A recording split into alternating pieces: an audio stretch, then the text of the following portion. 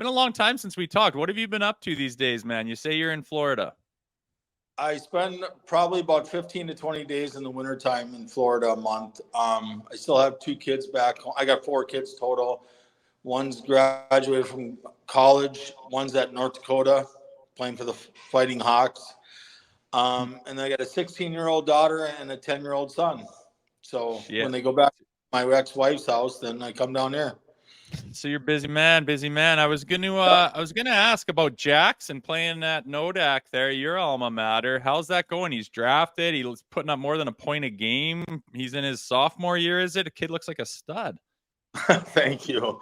Everything's going well. It was going great until this last weekend. We got swept by Colorado College, which is kind of a heartbreaker, but they're a good team. So I think they're really good coaching staff over in Colorado. So good for them, but bad for UND. And we were ranked number 1 in the country. I would imagine that we're not ranked number 1 anymore, but still plugging away. He's doing well, though. Thank you for asking.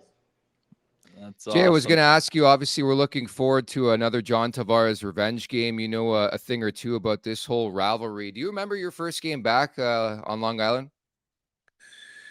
Yeah, I do, actually.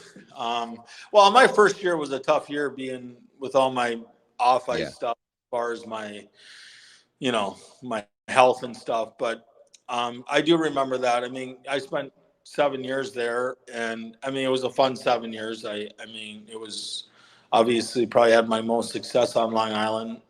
The fan base, the organization was nothing but first class, and so I owe a lot to that. But I remember going back. It definitely feels weird. It feels strange being an opponent on a coming in there, being there for such a long time, and but it's fun. It's a lot of fun. And they did a great job welcoming me back. So thank you for that. But it's always a challenge going back to play when you spend a lot of time in one spot and then you're wearing a different jersey and you come back. I mean, it's fun. It feels different. It's still a game, but it's just overall the experience. I mean, I think you get caught up in a lot of other things too.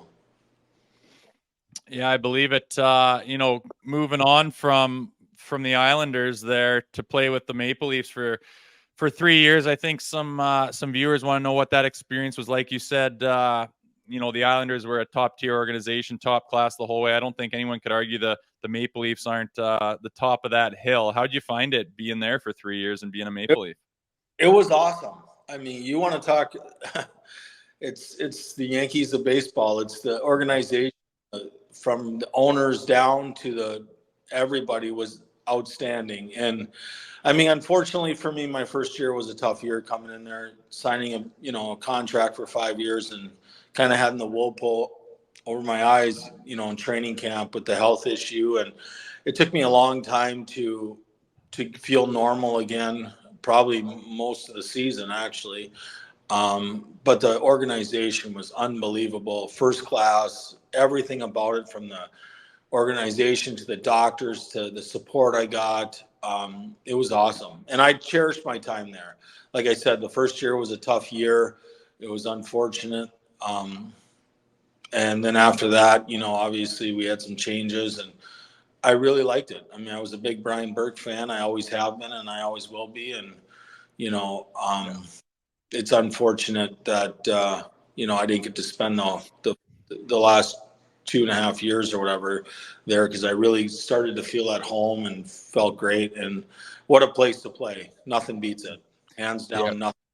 Wearing that Leaf jersey is, I don't care if you're from the United States or Canada or anywhere else. It's the original 6 team, and every night the building is rocking. The organization is unreal. I had so much fun there after I got over my health and stuff, and so. We had a chance to have Berkey on the show a couple weeks ago, and I could tell you nothing has changed with the man. He's an absolute gem. I referenced John Tavares. You sort of walked so Tavares could run, in my opinion. July 1st, 2007, we referenced that date for a variety of reasons, but you inked a 5-year contract with the Maple Leafs. What do you remember about that whole negotiation? How did things come to be that you became a member of the Toronto Maple Leafs? Well, that July 1st, when you're a free agent, Um, it is a whirlwind. I mean, there's things that are brought up between you and your agent, prior to those days, or even, a month before that date. I mean, unfortunately, we lost to the Buffalo Sabres in the first round of the playoffs, which we thought, bringing Ryan Smith over, we had some additions. We thought we'd be able to go deep in that. I guess it's just, you just sit back and, I told you always give possible places that you would, either you want to go back, or if that doesn't work out, you want to give possible places that you would, love to play for, or, what if the situation were to occur. And, I never thought that Toronto would ever work out, but again, it's a crazy day, and people don't realize, like, it's an auction. It feels like it. I mean, if you don't take and you wait on it, they don't wait for you.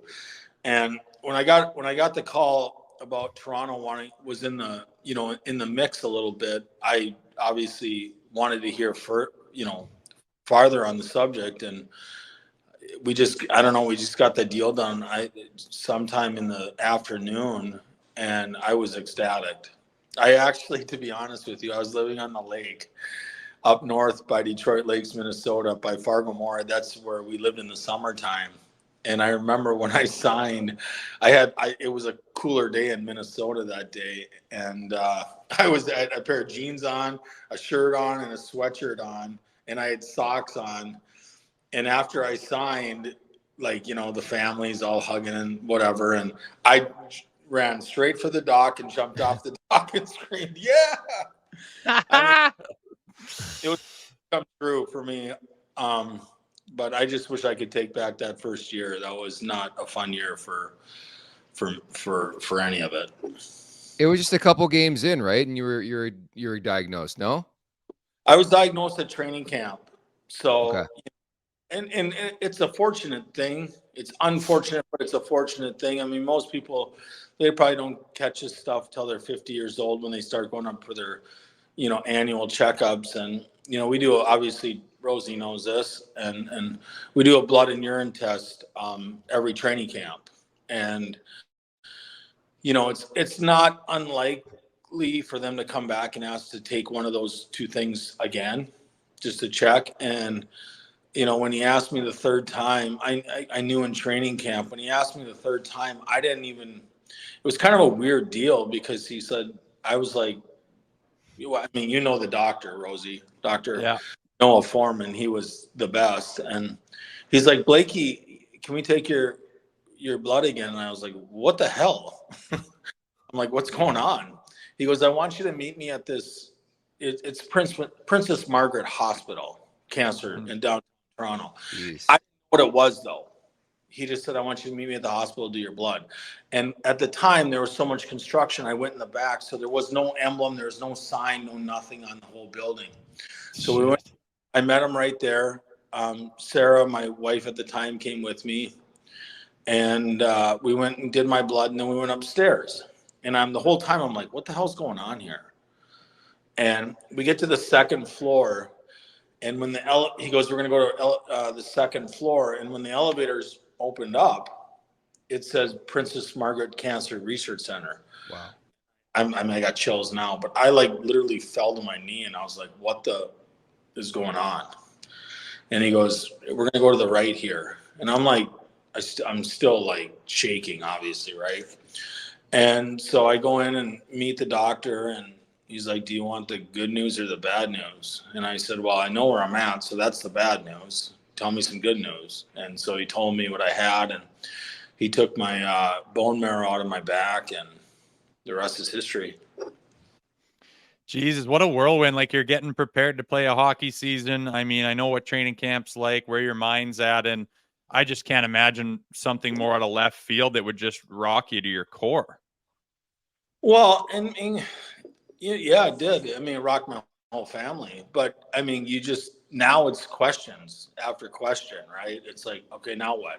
I mean, I remember we played Buffalo that night, I believe, as a preseason game. And So we had morning skate in the morning, and then I went in after. And the whole time I'm like, I'm playing. I want to play. I have to play. I have to play.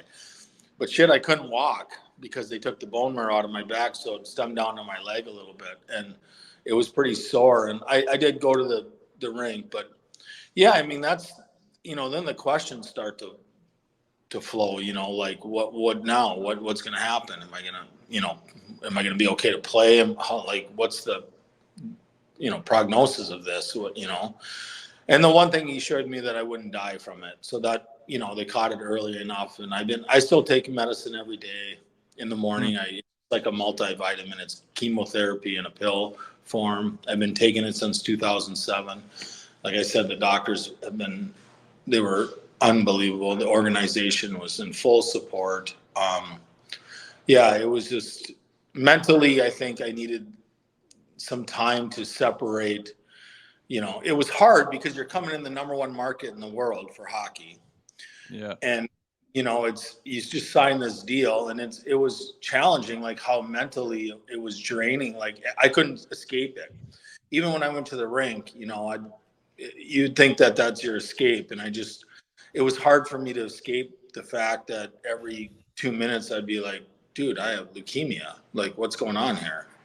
But I played the rest of the year, and I had a new outlook on life, obviously, more towards the end of the year. And unfortunately, we didn't make the playoffs that year. And we had such a great team with Mats and Thomas Carverlay and Darcy Tucker. I mean, we had the right pieces there.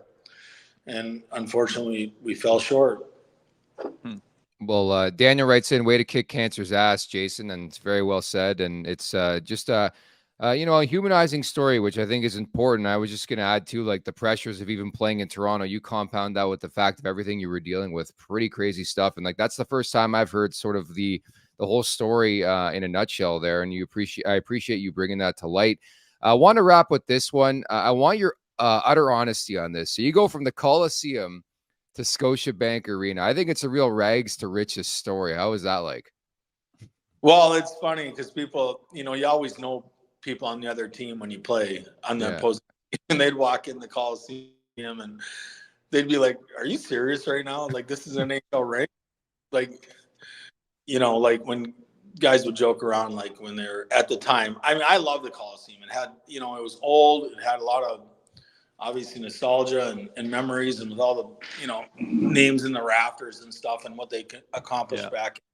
But there's nothing that can compare to anything in hockey if you put on a Leafs jersey and you play at that rink.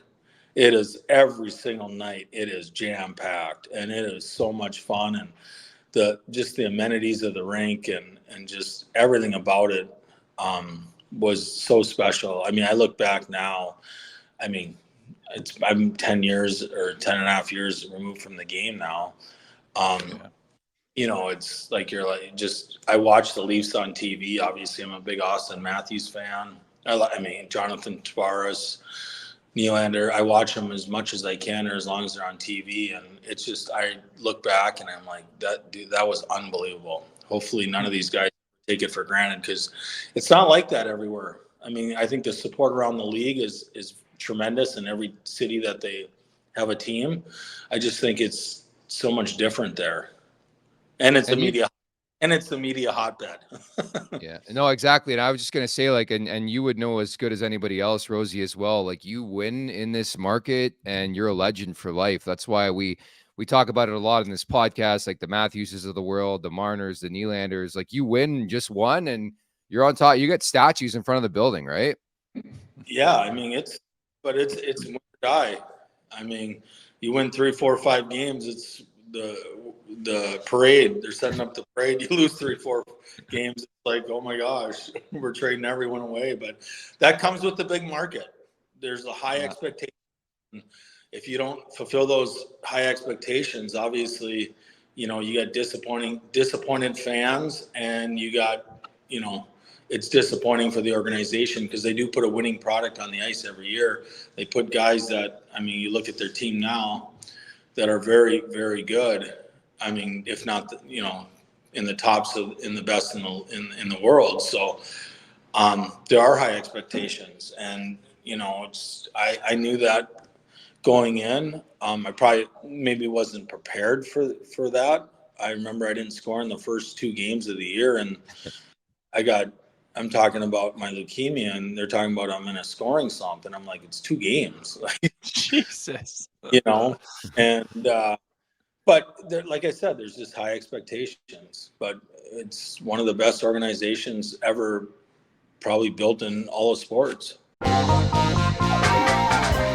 Make sure to check out more of our content right here on the Leafs Nation YouTube page. We got long form interviews, we got clips, we got epic rants by Jay Rosehill. We simply have it all. And don't forget, you can find out much more at theleafsnation.com. Thanks so much for watching.